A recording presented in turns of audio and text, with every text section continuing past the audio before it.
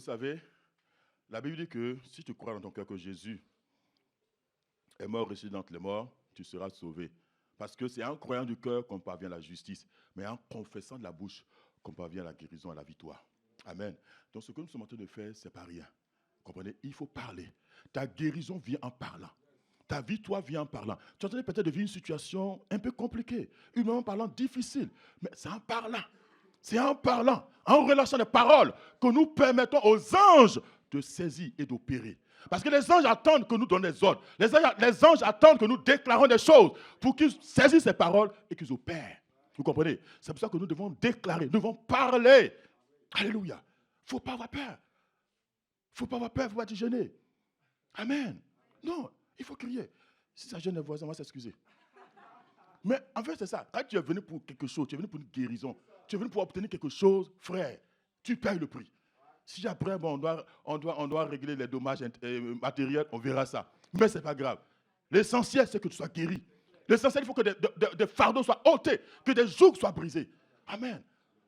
Alléluia. Parce qu'il y a des choses parfois inexplicables. Humainement parlant, on ne peut pas expliquer. Vous comprenez? Donc la manière dont c'est venu là, c'est comment ça va partir. Avec nos proclamations. Amen. Donc c'est pour vous challenger, c'est pour vous encourager ce matin. Amen, amen, amen, amen, amen. Donc nous sommes donc dans le mois de comment entendre la voix de Dieu. Et donc depuis la semaine dernière, la semaine dernière, on avait un séminaire où l'apôtre vraiment nous enseignait sur ce thème-là. Donc je veux bénir le Seigneur pour son serviteur, l'apôtre Alain Patrick, donc au président donc, du ministère. Est-ce qu'on peut bénir le Seigneur, son acclamer le Seigneur pour son serviteur? Il était là hier, donc à l'occasion du mariage donc, de Marvin et de Liteska. Je pense qu'ils seront au second culte. Donc il a passé un moment avec nous aussi. Donc nous bénissons Dieu pour cela. Donc nous sommes tous deux, nous sommes donc deux couples pastoraux associés donc à l'apôtre pour travailler dans ce ministère. Donc c'est lui qui est le pasteur principal. Nous sommes là pour l'aider dans les diverses tâches. Amen, amen, amen. Donc nous continuons toujours donc sur cette lancée de comment entendre la voix de Dieu. Amen. Comment entendre la voix de Dieu. Alors nous allons prendre notre Bible donc dans le livre de Jean chapitre 10. Comment entendre la voix de Dieu. Donc nous prenons notre Bible dans le livre de Jean chapitre 10. Le thème ce matin c'est l'écoute de la voix de Dieu. Une école du Saint-Esprit. L'écoute de la voix de Dieu. Une école du Saint-Esprit. Parce que entendre la voix de Dieu n'est pas un acquis. Parce qu'aujourd'hui, tu es en train de savoir, c'est fini, frère, j'ai gagné. Oui, non, c'est fini là, c'est fini. Non, c'est pas fini, frère, il y a d'autres choses encore. Il y a d'autres niveaux, comprenez? Parce qu'entendre la voix de Dieu, c'est une communion, c'est le résultat de notre intimité avec Dieu, comprenez? Donc, il y a plusieurs niveaux, il y a plusieurs dimensions, comprenez? Il y a plusieurs dimensions. Alléluia. Jean chapitre 10, nous disons à partir du verset 1er. En vérité, je vous le dis, celui qui n'entre point par la porte dans la bergerie, mais qui y monte par un autre côté, celui-là est un voleur et un brigand. Verset 2. Mais celui qui entre par la porte est le berger des brebis. Verset 3. Le portier lui ouvre et les brebis entendent sa voix. Il appelle par leur nom les brebis qui lui appartiennent et les mène dehors. Verset 4. Lorsqu'il a fait sortir toutes celles qui lui appartiennent, il marche devant elles et les brebis le suivent parce qu'elles connaissent sa voix. Verset 5. Elles ne suivront point un étranger, mais elles fuiront loin de lui parce qu'elles ne connaissent pas la voix des étrangers. Amen, amen, amen, amen. Donc, c'est une école. Et donc là, c'est Jésus qui parle. Hein. C'est le maître lui-même qui parle, qui est en train d'enseigner. Il dit qu'en fait, plus tard, il dira qu'il est la porte. Il est la porte. Celui qui entre par la porte, c'est le berger. Et lui, il est le berger. Jésus est le grand berger, le berger de tous les bergers. Amen. Donc, celui qui entre par la porte, c'est le berger. Donc, dès qu'il arrive, le portier qui se tient là, ouvre la porte. Et le berger, donc, va entrer dans la bergerie. Et la Bible dit que les brebis entendent sa voix. Il dit non, ça c'est puissant. Parce que c'est lui-même qui dit. Il dit que ces brebis entendent sa voix. Donc, ça veut dire que si toi tu es une brebis du Seigneur, que tu n'entends pas sa voix, il y a un problème. Il y a un problème entre les deux. Entre Jésus qui déclare que les brebis entendent sa voix et le fait que tu n'entendes pas, il y a un mensonge quelque part. Qui dit la vérité qui ment? Amen. Vous comprenez? Donc si effectivement Jésus dit la vérité, mais dis le Seigneur que moi je n'entends pas. Si je suis ta brebis, que je ne t'entends pas me parler, que je ne reçois pas tes paroles, mais il y a un problème. Alors où se trouve le problème? Il faut le chercher. Amen. Il dit que mes brebis entendent ma voix. Mais pourquoi toi tu ne l'entends pas? Il appelle par leur nom les brebis qui lui appartiennent et les mène dehors. Il appelle les brebis par leur nom. C'est lui qui connaît notre nom. Il nous appelle par notre nom et il nous conduit. Mais la Bible dit qu'il appelle les brebis qui lui appartiennent. Parce qu'il y a des brebis qui ne lui appartiennent pas. Comprenez? Alors, quelles sont les brebis qui lui appartiennent? Ça, c'est Romains qui nous dit ça. Romains chapitre 8. Romains 8, 9 nous dit quels sont ceux qui appartiennent au Seigneur. Romains chapitre 8, le verset 9. Pour vous, vous n'êtes plus sous l'emprise de la chair, mais sous celle de l'esprit. Si du moins l'esprit de Dieu habite en vous, si quelqu'un n'a pas l'esprit de Christ, il ne lui appartient pas. Vous comprenez? Si quelqu'un n'a pas l'esprit de Christ, il ne lui appartient pas. Jésus dit qu'il appelle chaque brebis par son nom, mais les brebis qui lui appartiennent. Et dans Romains, Paul, par la voix du Saint-Esprit, dit que ceux qui appartiennent à Christ, ce sont ceux en qui l'Esprit habite. Donc si l'Esprit n'habite pas, tu ne lui appartiens pas. Vous comprenez? Parce que le Saint-Esprit, c'est le cachet, c'est le sceau que Dieu a mis sur nous. C'est le Saint-Esprit. Vous comprenez? C'est le Saint-Esprit, c'est la marque pour dire que tu m'appartiens, vous m'appartenez. Vous comprenez? Dieu a décidé de venir loger à l'intérieur de ton esprit. Et s'il n'y est pas, tu ne lui appartiens pas. Vous comprenez? Oui, tu peux prier comme les chrétiens. Tu peux adorer comme les chrétiens. Tu peux chanter comme les chrétiens. On peut imiter les chrétiens. Mais on ne peut jamais tromper Dieu. S'il n'y a pas cette marque-là, vous ne lui appartenez pas. Vous comprenez? Donc, effectivement, tout commence par là. Tout commence par la nouvelle naissance. Tout commence par la nouvelle naissance. C'est-à-dire que où notre esprit est recréé. Vous comprenez? Notre esprit est recréé. Parce que l'esprit recréé avec le Saint-Esprit forme ce qu'on appelle Christ. Vous comprenez? Christ. Vous comprenez? C'est la rencontre du divin et de l'humain qui donne Christ. C'est-à-dire que Dieu décide de venir loger dans ton esprit. Et c'est cet ensemble qui donne Christ. Christ, notre esprit régénéré, appartient à Dieu. Et là, nous lui appartenons. Et en ce moment-là, les choses vont commencer. Amen. Parce que c'est notre esprit qui reçoit. Comprenez? Quand Dieu parle, il parle par notre esprit, il parle en notre esprit. Et quand l'apôtre a insisté sur le fait qu'il a parlé de témoignage intérieur. Parce que le témoignage intérieur, c'est la voie la plus sûre. C'est la voie la plus sûre. C'est pourquoi qu'il a commencé par là, et puis les autres, on aura le temps de voir si le temps le permet. Amen. C'est-à-dire que l'apparition d'un ange, ou une voix audible, etc., tout dépend du témoignage intérieur. Parce que même si un ange t'apparaît, ça ne suffit pas. Le témoignage intérieur doit confirmer que toi, là, tu viens de Dieu. Parce que la Bible dit que Satan se déguise en ange de lumière. Vous comprenez? Satan se déguise en ange de lumière. Donc, quelle est la preuve que toi qui te tiens là, tu viens de Dieu? Le témoignage intérieur. Dans ton esprit, tu dois recevoir ce témoignage-là. Que celui qui est en train de te parler là, oui, c'est bien Dieu.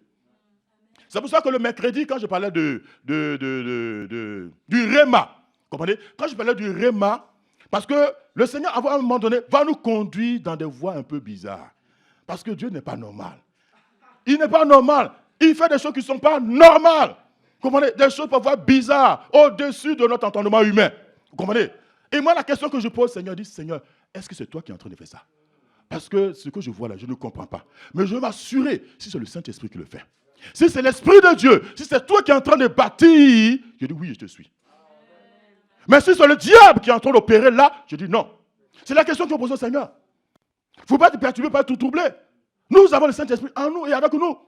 Donc s'il y a des choses qui arrivent, qu'on ne comprend pas, on te pose la question, Seigneur, est-ce que c'est toi qui es en train d'opérer? Parce que la Bible dit que si ce n'est pas Dieu qui est en train de bâtir ta vie, tu travailles en vain. Vous comprenez? Si ce n'est pas Dieu, si ce n'est pas le Saint-Esprit qui est en train d'opérer, tu perds ton temps. Tu connais? Donc la dernière fois, je vais rendre un témoignage quand l'apôtre était là, par rapport le miracle que Dieu a fait. C'est-à-dire que les frais de l'hôtel n'ont pas été débités. Je n'ai jamais reçu. Ça n'a jamais été débité sur son compte. Donc quand je regarde, je cherche vraiment Hôtel Ibis. Mais il n'y a pas eu de prélèvement. Donc je me pose la question, Seigneur, est-ce que c'est toi? Est-ce que c'est toi qui as fait ça? Merci. C'est tout. Amen. Je n'ai pas appelé, j'appelle personne. Je dis, Seigneur, est-ce que c'est toi? Ça sent bizarre, mais est-ce que c'est toi? Si tu dis oui, c'est suffisant. Frère, c'est suffisant, pose-moi des questions. C'est Dieu qui bâtit. C'est lui qui fait les choses. Donc quand tu ne comprends pas, tu te rapproches de lui. Tu lui poses la question, Seigneur, est-ce que c'est toi? Il dit oui, c'est bon. Tu continues. Tu avances. Parce qu'il est en train de te conduire quelque part que tu ne connais pas. C'est vrai. Mais le fait que ce soit lui, ça doit nous rassurer. Parce qu'il n'est pas l'esprit de mort. Il ne nous entraîne pas dans la mort. il ne nous entraîne pas dans la perte. Vous comprenez? Ce n'est pas pour notre perte, mais c'est pour notre bien. Donc ça doit nous rassurer, ça doit nous mettre en confiance. Alléluia. Donc il conduit, il nous appelle par leur nom, et ce sont ceux-là qui lui appartiennent qui vont le suivre. Ils entendent sa voix et ils le suivent. Amen, amen, amen. Que je retourne mon test.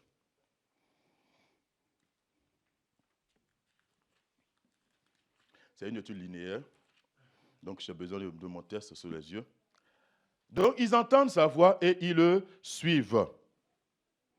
Il appelle par leur nom les brebis qui lui appartiennent et les mène dehors. Amen, amen, amen.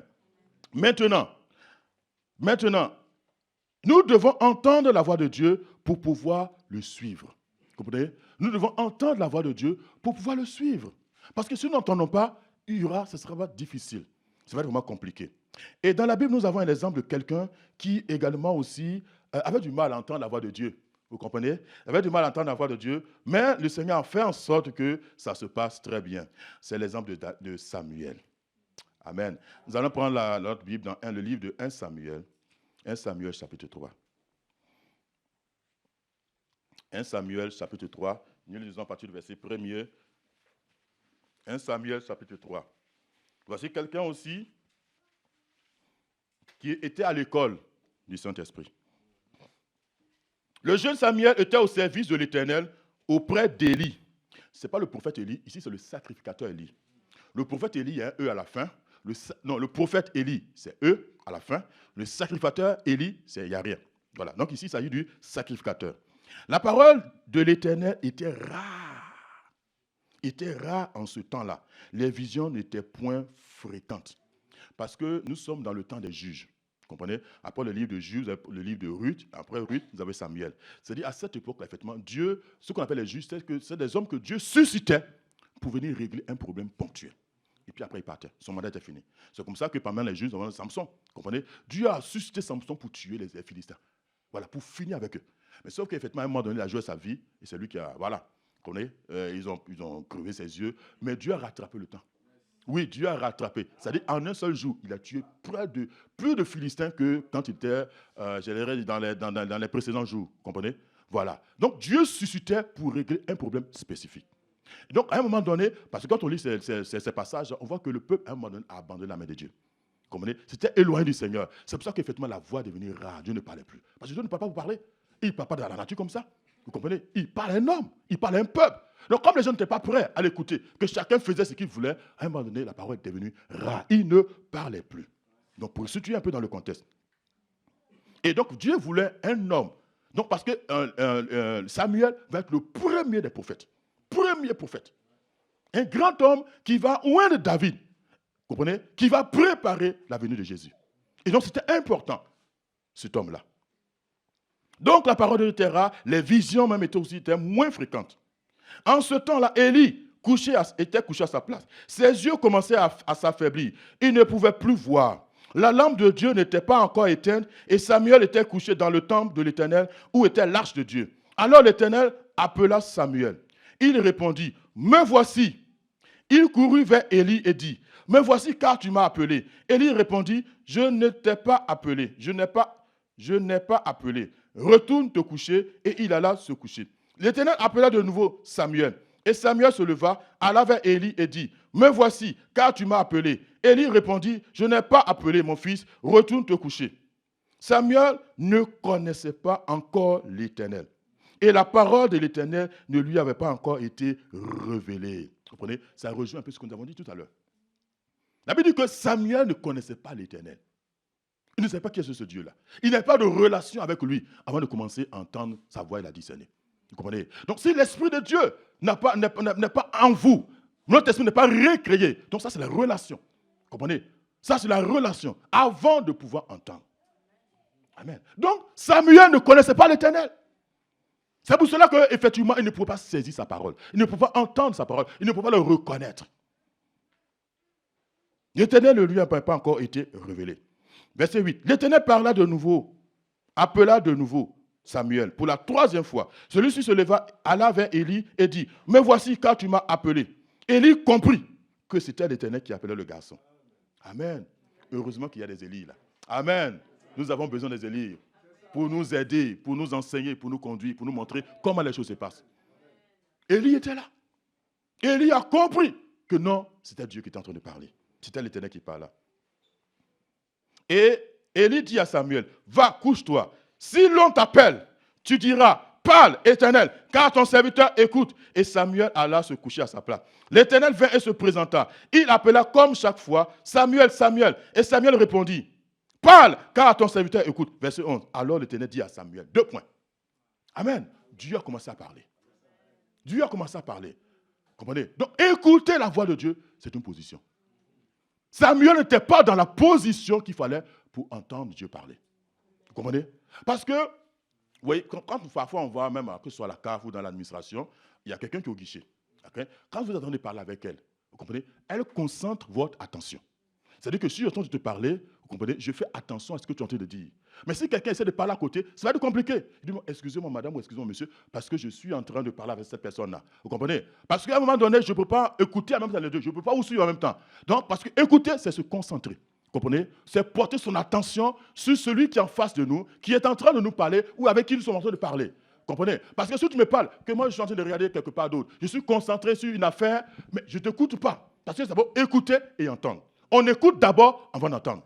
Amen. Donc l'écoute, c'est cette position-là. Vous comprenez? Qui ressent notre attention sur ce que nous sommes en train d'observer ou ce que nous sommes en train de recevoir. Vous comprenez? Donc il faut être dans cette position-là. Et ça, c'est très important. Donc, pour revenir donc au test de Samuel, donc Samuel n'était pas dans cette position-là. Mais quand il l'a mis dans cette position, il a commencé à se contredire. Il savait que désormais, ce n'était plus Élie, mais que c'était quelqu'un d'autre. Il a attendu, il s'est concentré.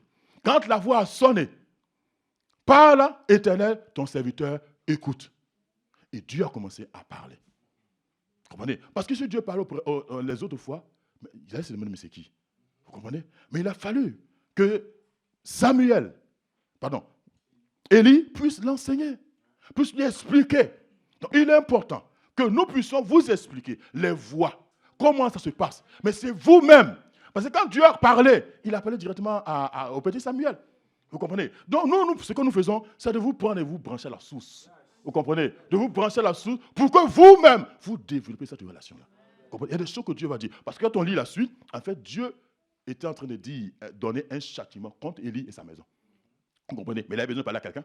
Même si Samuel était juste à côté de lui, mais ce n'est pas à Élie que Dieu voulait parler. Dieu voulait parler à Samuel. Vous comprenez? Alléluia. Il n'y a pas d'âge pour entendre le Saint-Esprit. Parce que la Bible parlait de petit garçon. Bon, on ne dit pas son âge là, on parle de petit garçon. Il n'y a pas d'âge. Quand le Saint-Esprit décide de parler à quelqu'un, il parle librement. Il parle à qui il veut. Il n'a de compte à rendre à personne. C'est nous qui devons éduquer les personnes. Qui devons vous éduquer dans les voies de l'Esprit, dans les choses de l'Esprit, afin d'être aptes à les recevoir et à les transmettre. Vous comprenez? Entendre la voix de Dieu, parce que la Bible dit que les choses naturelles sont le reflet des choses spirituelles. Amen. C'est-à-dire qu'un petit garçon comme Jonathan, il n'est pas là à l'école pour connaître la voix de son père et sa mère. Vous êtes d'accord avec moi? Est-ce qu'il y a une école dans laquelle on part pour apprendre à reconnaître la voix de papa et de maman? Ça n'existe pas. Non. Vous comprenez? Il y a cette femme. Pourquoi? Parce que du matin, tous les jours, l'enfant est dans leur présence. Et avec son père, avec sa mère. Donc, à force de parler ensemble, de manière naturelle, le discernement est là. De manière naturelle. Vous comprenez? C'est la même chose sur le plan spirituel.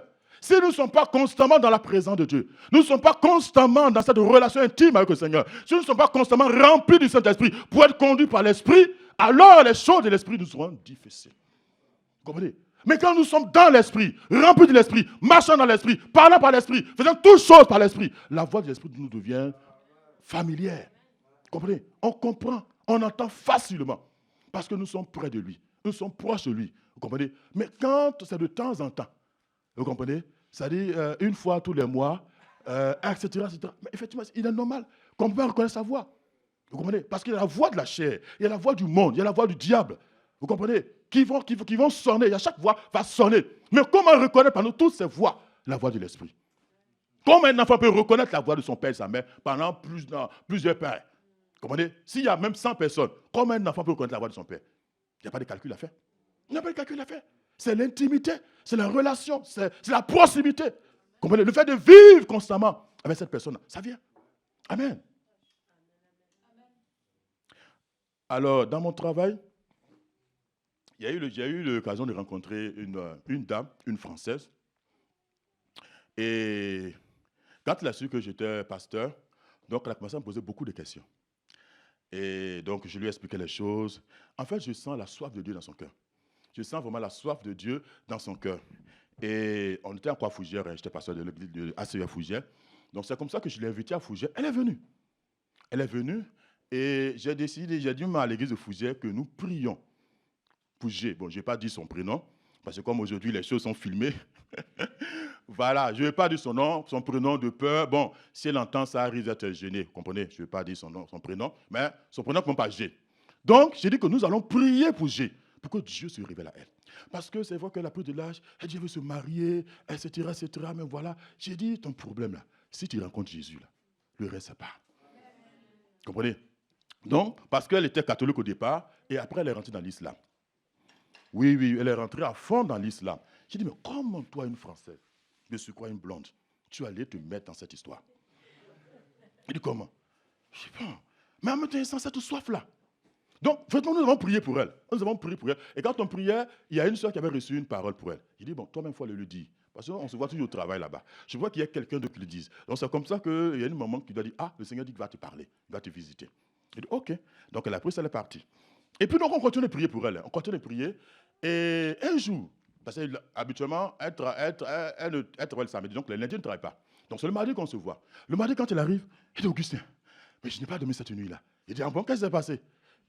C'était en blanc, noir, c'était plus en couleur, les rêves. Et puis, elle m'a dit, non, non, une voix a sonné. Tu vas te marier, tu vas te marier, tu vas te marier, tu vas te marier. Authentique, audible. J'ai dit, mais dis-moi, quand tu étais au catholique, là, tu as une fois entendu cette voix-là te parler? Quand tu es rentré dans l'islam, tu as une fois entendu cette voix te parler? J'ai dit non. Là, nous avons décidé, en tant qu'église, de crier à Dieu. Il a donné parole, il dit que je vais te visiter. Tu vois? J'ai dit que j'ai dit à midi, moi, je tremblais tellement que j'ai dit, où tu as mis ta voiture? Elle dit qu'au sous-sol, on va descendre pour prier. Donc, on va prier. Oui, parce qu'un chaud comme ça, c'est vraiment de prier pour que le Seigneur, ce que tu as commencé, tu puisses sceller ça. Vous comprenez? Tu puisses sceller ça. Je lui ai dit qu'en fait, c'est parce que tu ne connais pas le Seigneur. Tu vois, tu ne connais pas le Seigneur. Exactement comme Samuel. Il dit, comme tu ne connais pas le Seigneur et qu'on ne t'a pas enseigné comment on converse avec le Saint-Esprit que tu n'as pas poursuivi. Sinon, tu aurais lui posé la question, Seigneur, mais quelle année? C'est quelle année? C'est cette année ou l'année prochaine? Dans quel mois? Avec qui? Il a été répondre. Il a été répondre. Il a été dit exactement qui a qui te marie. Mais comme tu ne sais pas, tu avais plutôt peur. Il a dit, mais cette réaction est normale. Parce que tu savais, il dit, non, il y a un problème. Puis j'ai un problème, exactement comme Samuel. Si tu me dis oui, c'est un problème. Comme tu dis que tu as eu peur, c'est normal parce que tu n'es pas familier à cette voix. Tu n'es pas familier à cette personne-là. Tu ne la connais pas. Comprenez? C'est comme quelqu'un qui te dit bonjour et qui commence à parler avec toi. Tu dis tu as peur. Parce que souvent on a peur de l'inconnu. L'inconnu fait peur. Comprenez? Mais si on t'explique, comprenez? Si tu commences à rentrer, à avoir une relation avec lui, mais c'est naturel. Au contraire, tu vas désirer ça. Tu vas tout le temps désirer ça. Amen. Et puis, ce qui s'est passé, c'est qu'elle a commencé à aller voir les musulmans, leur raconter des choses et tout ça. Donc, il lui a interdit de non, ça, c'est pas bon, c'est le diable, mon chien, tout ça. Faut pas fréquenter les chrétiens. Donc, c'est ce que l'apôtre appelle la confusion. Tu vois, dans la confusion, elle était perdue. Je dis non, quand Dieu commence à faire des choses comme ça, il ne faut pas dire à tout le monde. Quand tu commences à parler, à un moment donné, c'est toi qui te trouves dans la confusion. Tu vois, parce que tu m'écoutes ici te parler. Nous, on a commencé à prier. Dieu a commencé à faire des choses. Et puis, tu quittes là, tu rentres encore de l'autre côté, aller voir les musulmans, leur raconter ça. Tu vois, tu es en train de créer toi-même des problèmes. Amen. Mais on continue de prier pour elle parce que Dieu n'a pas fini de se faire son œuvre. Amen. Donc, effectivement, nous sommes à l'école de l'Esprit de Dieu. Nous devons apprendre à l'écouter. Ensuite, entendre sa voix et marcher avec lui. Cela est très, très important. Et donc, en même temps, ça me permet de revenir un peu sur les prophéties que l'apôtre a données pour les personnes le week-end là. Vous savez, attendre une prophétie, ce n'est pas une attente passive. Oui, ce n'est pas une attente passive. J'ai dit que, écoutez, Dieu a fait grâce, il a décidé de vous parler par la voix prophétique, par la bouche de son serviteur, l'apôtre Alain Patrick. Il ne faut pas rester passif. Vous comprenez? Il ne faut pas rester passif. Non, non, il faut avancer. Il faut avancer encore. Il faut avancer encore. C'est-à-dire, prends le temps de prier. Parce que quand on prend Jérémie, on va lire ce passage même. Il faut qu'on le lise. Jérémie chapitre... Quoi, c'est Jérémie 11?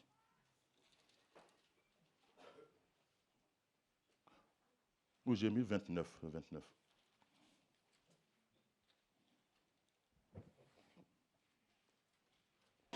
Jérémie 29, 11. Je connais, moi, les desseins que je forme à votre sujet, oracle de l'Éternel, dessein de paix et non de malheur, afin de vous donner un avenir fait d'espérance. Vous voyez? Prophétie, qui est libérée. Le verset qui suit. Alors, c'est ça, hein? Alors, vous m'invoquerez et vous pourrez partir. Vous intercéderez auprès de moi et je vous exaucerai. Vous me chercherez et vous me trouverez, car vous me chercherez de tout votre cœur. Il y a une prophétie qui a été donnée. Il dit, vous allez me chercher. Comprenez? Vous allez me chercher, vous allez prier. Comprenez? Donc, parfois, on attend passivement. Et puis, on attend. Il dit, non, si tu attends longtemps. Vous comprenez? Une prophétie est sortie. Il faut saisir l'occasion de chercher la face de Dieu. Il faut saisir l'occasion. Prendre même un temps de jeûne et prière, comme je vous enseignais il y a quelque temps. Prendre un temps pour creuser encore. Parce que parfois, quand le Seigneur donne ces paroles-là, c'est pour nous attirer, pour qu'on vienne. Parce qu'il y a d'autres choses qu'il veut nous dire. Mais sauf que nous, on a arrêté sur les rivages là, on dit, Seigneur, parle encore. Seigneur, non, il ne parle pas encore. Il t'invite à être plus proche de lui. Parce qu'il y a d'autres choses qu'il va te dire. Il y a des détails. Les détails, là, il peut vous les donner. Vous comprenez? Mais il faut qu'on aille chercher sa face. Il faut qu'on aille chercher sa face par la prière importune. Il faut qu'on insiste. Il faut insister. Mais parfois, on attend passivement. On attend passivement que la prophétie s'accomplisse. Non, elle ne peut pas s'accomplir comme ça. Vous comprenez? Il faut aller chercher la face de Dieu. Il faut l'importuner. Il faut insister. Il faut revenir sur ce qu'il a dit. Seigneur, tu as déclaré. Voilà ce que tu as dit. Alors je m'attends. La suite, c'est comment? Comment ça s'est passé? Comment ça se passe? Comment? Il va te le dire. Vous comprenez? Mais parfois, on reste là passif. On attend. Tu attends qui? Tu attends quoi? Non. Et à un moment donné, on est frustré. Vous comprenez? C'est bien que Dieu parle, mais il faut aller en profondeur. Il faut insister, il faut aller en profondeur.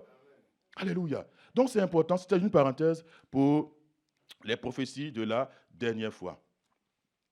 Et le verset 4, on revient donc à notre texte. On revient à notre texte de Jean chapitre 10.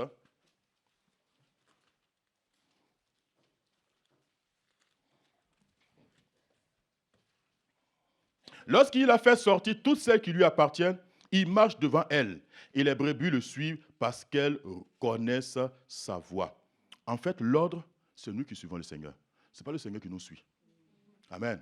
La Bible dit que quand il fait sortir les brebis, il se met devant les brebis et les brebis le suivent. Amen. Nous suivons le Maître. Et il nous parle. Et il nous dirige. Il dit, bon, aujourd'hui on va à droite. Droite, comme le GPS. Amen. Maintenant, si toi tu n'as pas entendu, tu vas à gauche. Ou si tu n'entends pas bien, tu vas à gauche. Vous comprenez? C'est ça. Nous devons suivre le Maître. Et faire exactement ce qu'il nous dit faire. Mais parfois, nous ne le suivons pas parce qu'on n'entend pas bien. Vous comprenez? Quand le GPS bugle, on n'entend pas bien. Il dit à droite, toi tu vas à gauche. Vous comprenez? Ou tu ne fais pas ce qu'il dit, etc. Donc nous avons besoin d'entendre distinctement afin de le suivre. C'est nous qui le suivons. Ce n'est pas lui qui nous suit. Vous comprenez? Mais tout dépend de notre relation avec lui, de notre intimité avec lui, pour que les choses soient plus claires, plus distinctes. Amen. Donc c'est important que nous saisissions ça, que c'est nous qui le suivons parce que nous entendons sa voix. Et parfois, nous ne suivons pas le Seigneur parce qu'on n'entend pas clairement. Les choses ne sont pas claires, les choses ne sont pas précises. Vous comprenez? Aujourd'hui, Dieu est en train de te conduire dans quelque chose de nouveau. Parfois, quelque chose qu'on n'a jamais fait. Parfois, c'est dans une expérience qu'on n'a jamais faite. Vous voyez? Et il a besoin de nous diriger. On a besoin de la direction de Dieu. Oui, la direction est donnée. Mais on a besoin d'être constamment près de lui pour entendre exactement quelle est la nouvelle donne. Quelle est la nouvelle instruction? Okay? Quelle est la nouvelle instruction? On fait le rond-point, on avance à droite, on sort à gauche, etc. etc. Seigneur, c'est comment? Vous comprenez? Et nous insistons, il va nous parler, il va nous montrer. Il ne faudrait pas s'arrêter, ou bien on cesse de l'écouter et on va faire autre chose. Alléluia.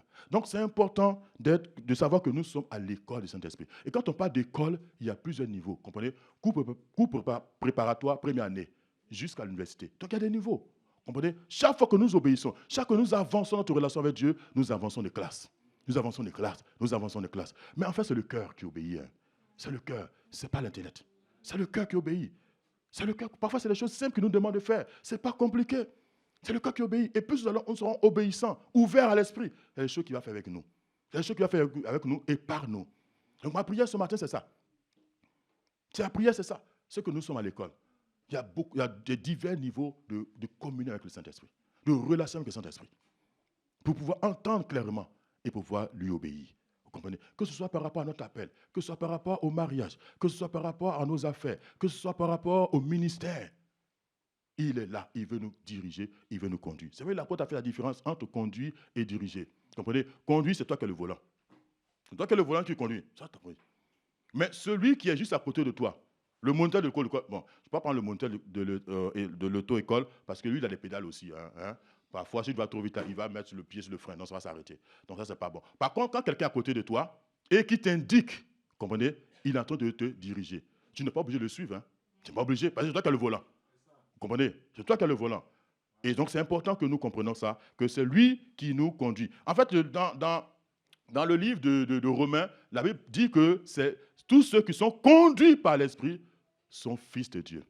Et puis, dans Jésus même dira aussi que quand le Saint-Esprit sera venu, il va vous conduire dans toute la vérité. On lira un dernier passage avant de prier, dans Jérémie chapitre 10. Jérémie chapitre 10, le verset 23. C'est un verset que j'ai beaucoup aimé, sur lequel j'ai beaucoup médité. Il m'a toujours fait du bien. Jérémie chapitre 10, le verset 23. Je sais, Éternel, que l'être humain n'a pas autorité sur la voie qu'il suit. Ce n'est pas à l'homme, quand il marche, à l'homme qui marche de diriger ses pas. Bon, ma version dit, je reconnais, Éternel, qu'à l'être humain n'appartient pas sa conduite. Ce n'est pas à l'homme, quand il marche, à diriger ses pas. Bon, on a d'autres versions, les dit autrement. Voilà. Donc, en fait, si tu veux, notre voie, notre destinée n'est pas notre pouvoir. Comprenez? La journée n'est pas notre pouvoir. Quand je marche, la Bible dit que c'est moi qui dirige mes pas. C'est le Saint-Esprit. Vous comprenez? C'est Dieu qui conduit nos pas. Mais nous devons faire en sorte que ce soit lui qui conduise nos pas. Vous comprenez? Il conduit nos pas parce que nous savons l'écouter. Vous comprenez? Parce que nous ressentons des choses. Comme parfois la dernière fois, je disais le mercredi dernier, que parfois on sent que non, il faut qu'on reste à la maison. Ce n'est pas tout le temps qu'il faut sortir. Vous comprenez? Pour aller faire les soldes ou pour aller faire les shopping. Non. C'est vrai qu'il y a des moments où il faut sortir. Mais le moment où tu sens dans ton esprit qu'il faut rester, reste. Parce qu'il y a des choses que le Seigneur veut faire. Il y a des choses qu'il veut te dire. Et puis il y a des moments aussi, il va vouloir que tu sortes. Il va créer une situation pour que tu rencontres quelqu'un. Tu vois, une connexion qui va te permettre d'arriver à bon port. Vous comprenez? Mais si nous ne savons pas l'écouter, nous ne savons pas recevoir, il va être difficile de pouvoir capter et pouvoir marcher correctement. Alléluia. Nous allons tenir debout pour la prière. Bénis le Seigneur vraiment pour sa parole.